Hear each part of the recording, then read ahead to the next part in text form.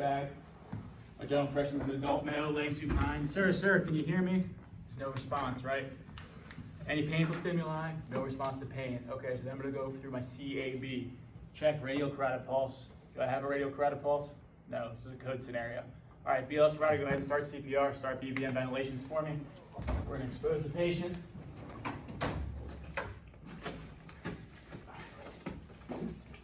Please start my time for me, 2-minute cycles.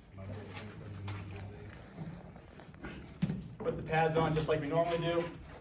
I then have to change my paddle lead, right? So lead and paddles. All right, go ahead and stop CPR. On the rhythm I have V-fib, no pulse with fib, go ahead and start CPR. We're gonna charge up to 200 joules. I told you guys the other day, if you hit charge, it automatically goes to 200 on your first time you push it. All right, everybody clear? You're clear, I'm clear, shock. All right, restart CPR. Cook, I'm gonna have you as the second medic manage the airway with Carter. I'm gonna work on IV access and drug administration.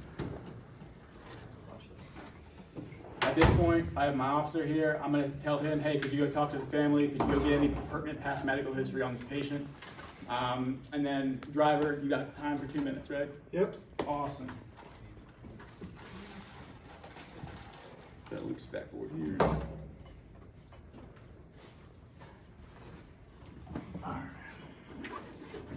At this point, 1 minute. 1 minute, thank you. Please let me know at 15 seconds until it's the pulse check. At this point, you can do either IV access or IO access. I'm gonna do an IO here. Humeral head is our preferred site.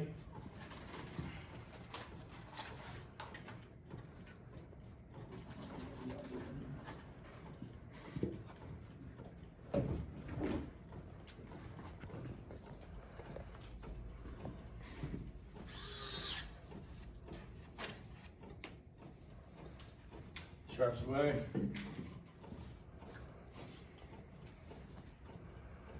All right, so I've got IO established. At this point, I'm going to mark it in the monitor. Event. 15 seconds of pulse check. Awesome. So 15 seconds of pulse check. I'm going to increase to 300 joules and pre-charge my monitor so I don't waste time during the rhythm check. 5, 4, 3. You guys will rotate once on the pause. 1. Pulse check. Go ahead and stop. The rhythm is still V-fib. I still have no pulse with it. Everybody clear? Shocking. Go ahead and restart CPR. All right, so I got my IO in. I'm gonna push my first round of epi at this point.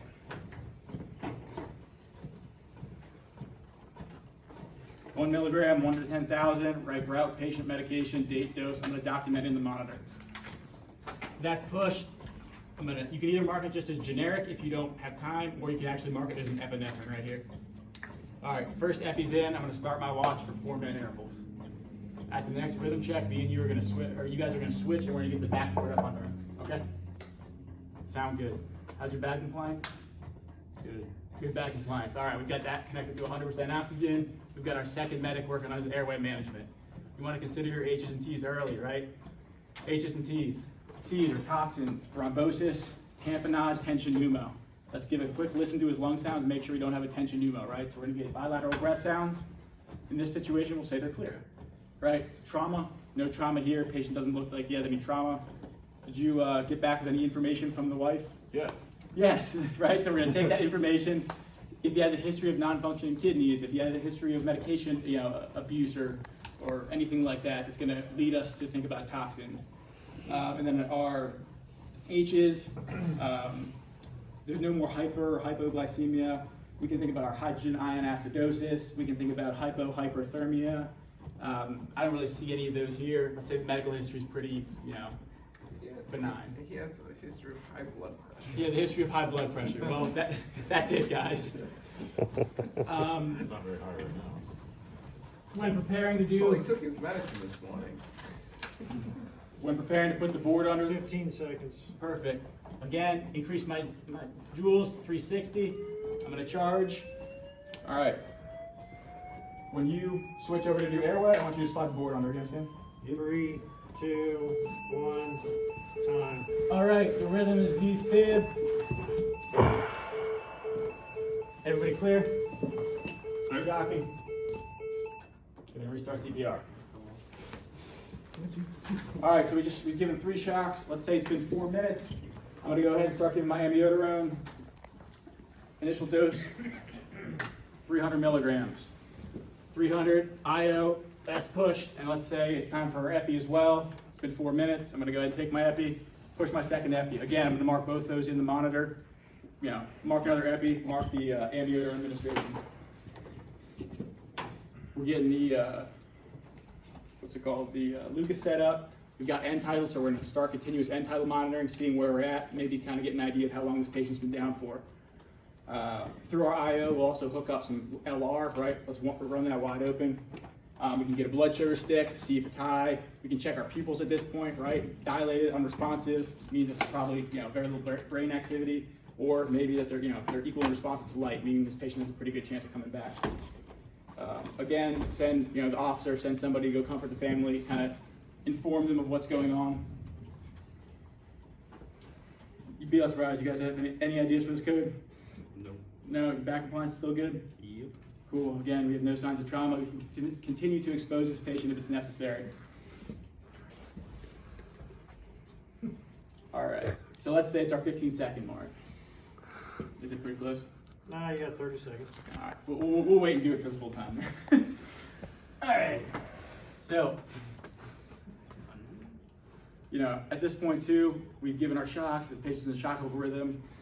You know, let's say his end title's 35. We're 2 epis in. We have to push 3 before we can move. We start thinking, hey, this is probably going to be a patient we're going to transport. You know, if we have extra resources, we can get them. Hey, cop by the door. 15 seconds. Awesome. 15 seconds. I'm already maxed out at 360 joules, but I'm going to pre-charge my monitor. All right. Once you guys 5, stop, we're going to put this on. 4, Okay. 3, 2, 1, time. Time. All right. Looks like I got a slow rhythm on the monitor. Do you have a pulse with it? No pulse. No pulse. I'm going to dump the shock. Go ahead and start. Put this back on. Oh my God. Oh my God. Again, this is one of those moments where we want 10 seconds, but take your time. Get this situated nice enough in his shoulders.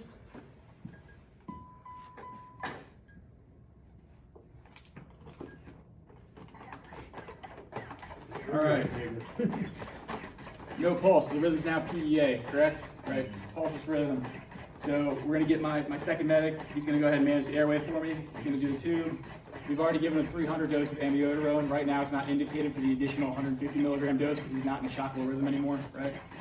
Let's say it's been 4 minutes. I'm gonna go ahead and push my third epi. Okay. Third epi's in. Now remember, you're going to be innovating during compressions. You're not going to be innovating during your break. Oh yeah, look at that view. Look at that view.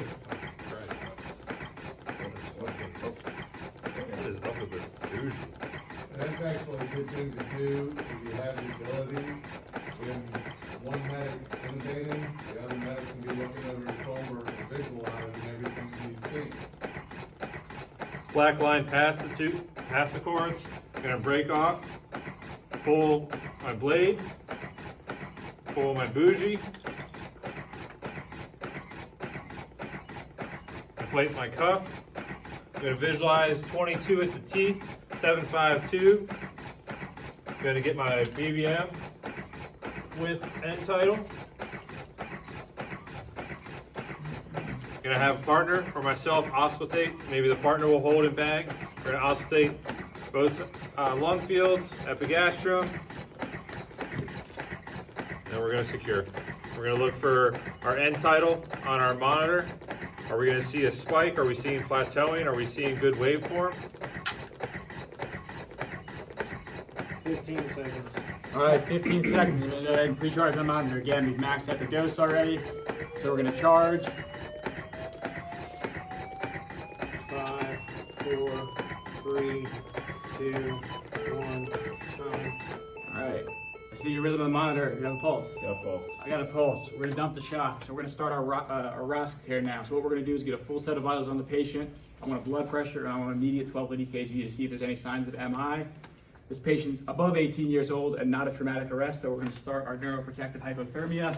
I want ice packs in the armpits and the groin. You can put them around the neck as well. We're gonna try to cool this patient down. We're gonna transport him to a primary cardiac intervention center. We've got an airway secured. We're gonna leave the Lucas device in standby mode in case he rearrests.